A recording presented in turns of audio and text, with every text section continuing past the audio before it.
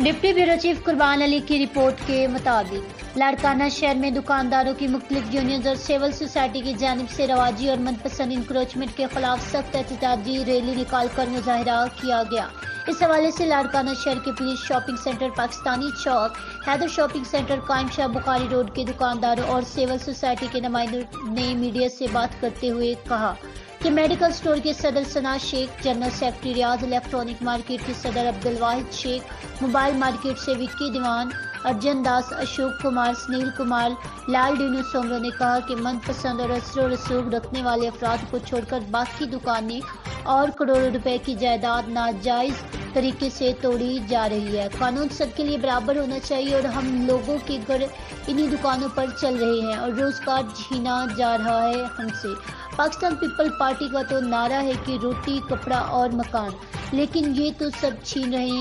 रहे हैं हमसे रोजगार। मजीद उन्होंने सिंध हाई कोर्ट बिलावल भुट्टो जरदारी से एम सिंध